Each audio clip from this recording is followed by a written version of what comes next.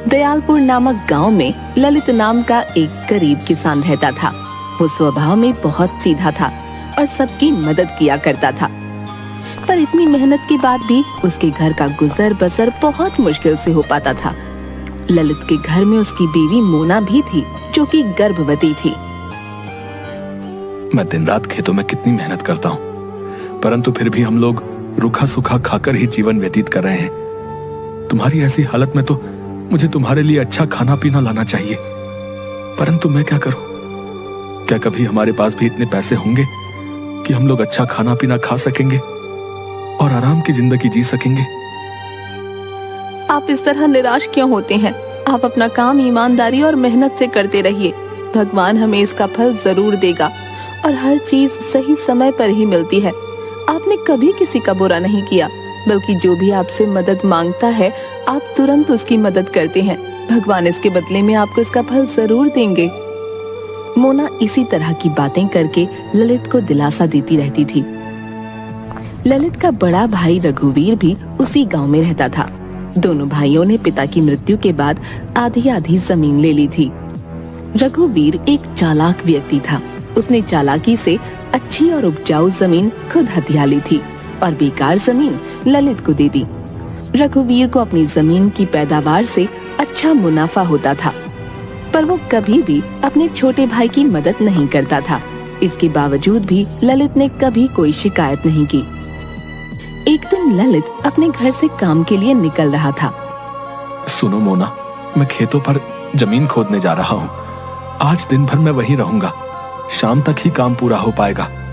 तुम अपना ध्यान रखना और समय से खाना खा लेना, ठीक है?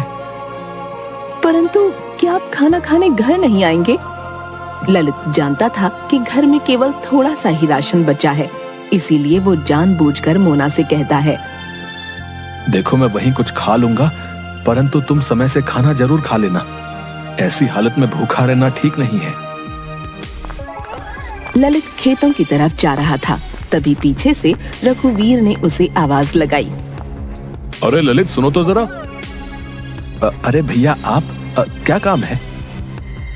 देखो, मुझे तुम्हारी भाभी को लेकर शहर के डॉक्टर को दिखाने जाना है। यदि तुम मेरी जमीन पर आज खुदाई कर दो तो बहुत मेहरबानी होगी। ये सुनते ही ललित सोच में पड़ जाता है और बोलता है, भैया पर आज तो मैं अपने खेतों में खुदाई करने के लिए जा रहा था।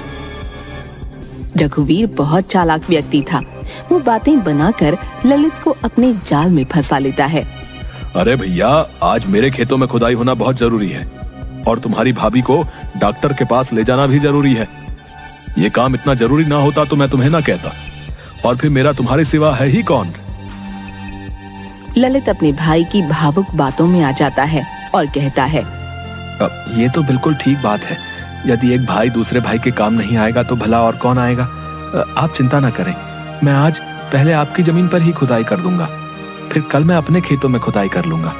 आप भाभी को लेकर डॉक्टर के पास चले जाएं। धन्यवाद ललित, तुमने मेरी बहुत बड़ी समस्या हल कर दी। ठीक है, तुम शाम तक मेरे खेतों पर खुदाई करके रखना है। मैं शाम तक वापस आ जाऊंगा। है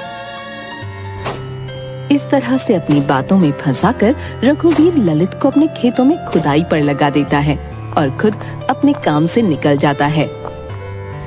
ललित पूरा दिन मेहनत करके अपने भाई रघुवीर के खेत की जमीन खोद देता है। शाम को रघुवीर अपने खेत देखने आता है तो वहाँ सारी खुदाई हुई देख मन ही मन सोचता है, कितना बेवकूफ है मेरा छोटा भाई। मैंने उसे अपनी बातों में फंसा लिया और उस बेवकूफ ने अपना सारा काम छोड़कर पूरा दिन मेरी जमीन को खोदने में लगा दिया। चलो मुझे क्या, मेरा तो काम हो गया। रघुवीर ललित से कहता है, अरे भाई, तुमने तो पूरी जमीन खोद दी। बहुत बहुत धन्यवाद। मैं कल आराम से इसमें जुताई करवा सकता हूँ। इसमें धन्यवाद कैसा भाई? अपने भाई की मदद करना तो मेरा फर्ज है। इस तरह थका हारा ललित अपने घर वापस लौटता है।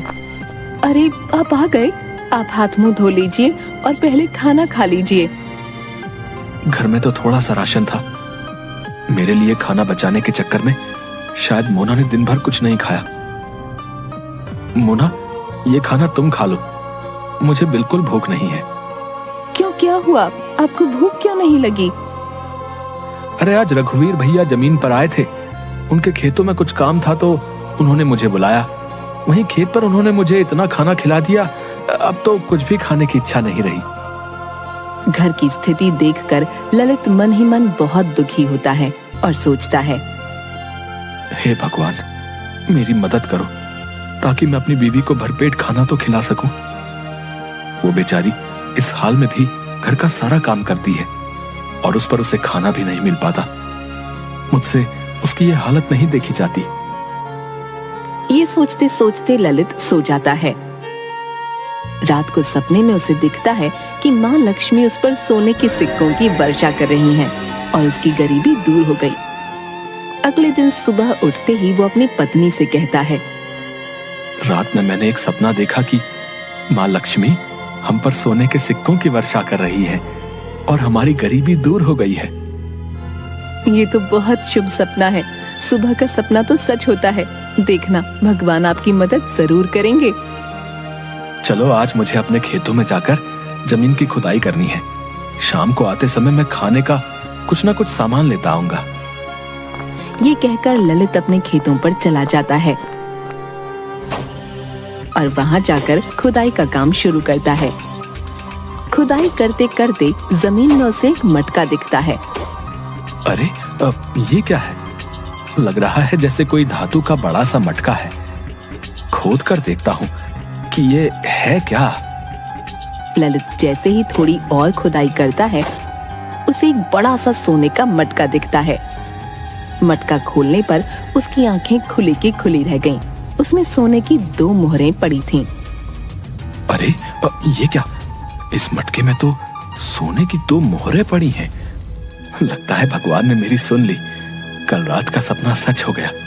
मुझे सचमुच सोने की मोहरें मिल गई। तभी अचानक उसके सामने एक बूढ़ी अम्मा आती है और उससे कहती है, बेटा, मैं एक लाचार बुढ़िया हूँ। अपने घर में एक गाय का दूध बेचकर अपना गुजारा करती हूँ। मेरा इस दुनिया में कोई नहीं है, पर वो गाय बहुत बीमार हो गई है और उसके इलाज में काफी खर्चा होगा। क्या तुम मेरी कुछ मदद कर सकते हो? भगवान तुम्हारी सब परेशानियां दूर कर देगा। ललित उसे देखकर सोच में पड़ गया और मन ही मन सोचने लगा, जिस तरह मैं गरीब और लाचार हूँ, ये बूढ़ी अम्मा भी वैसी ही है। भगवान ने मेरी मदद की और मुझे 2 सोने की मोहरें दी हैं। क्यों ना इसमें से एक सोने की मोहर मैं इस बूढ़ी अम्मा को दे दूं, जिससे इसकी भी परेशानी दूर हो जाए। बस यही सोचकर ललित एक सोने की मोहर उस बूढ़ी अम्मा को दे देता है। अम्मा, मेरे पास रुपए तो नहीं है, ये एक सोने की मोहर है। इसे बाजार में बेचकर आपको अच्छी खासी रकम मिल जाएगी, जिससे आप अपनी गाय का इलाज करा सकेंगे। बूढ़ी अम्मा हाथ में मोहर लेती है और ललित से कहती है, बेटा, तुम कितने अच्छे हो। तुम खुद इतनी मुसीबत में हो और गरीबी से जूझ रहे हो, पर फिर भी तुमने इन दोनों में से एक मोहर मेरी मदद के लिए मुझे दी। मेरा आशीर्वाद है कि तुम्हें कभी भी गरीबी का सामना नहीं करना पड़ेगा और तुम हमेशा खुश रहोगे। ललित उस मटके में एक सोने की मोहर को निकालकर उसे बाजार में बेचता है और अपने घर के लिए खाने पीने का सामान लेकर घर वापस आता है। मोना ललित को देखकर पूछती है, अरे, आप तो बहुत सारा राशन लेकर आ गए, ये मटका कैसा है? आज मुझे खुदाई में ये सोने का मटका और 2 मोहरें मिली। उसमें से एक मोहर मैंने बेच दी, उसी से बहुत सारे पैसे मिले हैं, तो मैं खाने पीने का सब सामान ले आया। ललित और मोना उस रात पेट भरकर खाना खाकर आराम से सो गए। तभी ललित को फिर से एक सपना दिखा। उस सपने में माँ लक्ष्मी उससे कहती है, ललित, मैं बहुत खुश हूँ। तुमने इतना दुखी होते हुए भी एक जरूरतमंद बूढ़ी अम्मा की मदद की। तुम्हारे पास केवल 2 ही मोहरें थीं, जिसमें से तुमने एक उसे दे दी। मैं तुम्हें आशीर्वाद देती हूँ, जो घड़ा तुम अपने खेत से लाए हो वो एक जादुई सोने का घड़ा है। उसमें रोजाना सुबह एक सोने की मोहर आएगी, जिसे बेचकर तुम अपना घर चला सकोगे। उस जादुई घड़े में एक ही मोहर आएगी। तुम्हें अब जीवन भर गरीबी का सामना नहीं करना पड़ेगा और अब से तुम्हारा जीवन सुखमय और खुशहाल हो जाएगा। ललित अचानक से उठ जाता है और सपने के बारे में सोचता है। एक दिन पहले वाले सपने में महालक्ष्मी ने मुझे सोने की मोहरें दी और वो सपना सच हुआ। लगता है रोज एक सोने की मोहर वाली बात भी सच होगी। महालक्ष्मी ने मुझ पर कृपा की और मुझे जादुई घड़ा दिया। अगले दिन सुबह उठते ही ललित जादुई घड़े में देखता है तो उसे वहाँ एक सोने की मोहर दिखती है। ये देखकर वो खुशी से नाचने लगता है और अपनी बीवी मोना को सारी बात बताता है। देखा, मैं ना कहती थी कि समय आने पर सब ठीक हो जाएगा। आपने हमेशा लोगों की मदद की है, इसी का फल भगवान ने आपको दिया है। अब हमारी गरीबी और परेशानी के दिन खत्म हो गए हैं।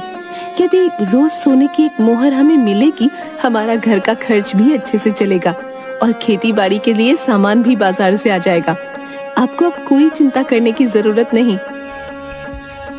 इसके बाद से उस जादुई घड़े में रोजाना एक सोने की मोहर आती और ललित उसे बेचकर कम पैसों से अपनी जिंदगी चलाता। अब उन दोनों की जिंदगी बहुत आराम से कट रही थी और हर एक जरूरतमंद की मदद ललित किया करता था। ललित के घर इस तरह पैसे आते देखकर रघुवीर सोच में पड़ जाता है कि आखिर इसके पास पैसा आ कहां से रहा है।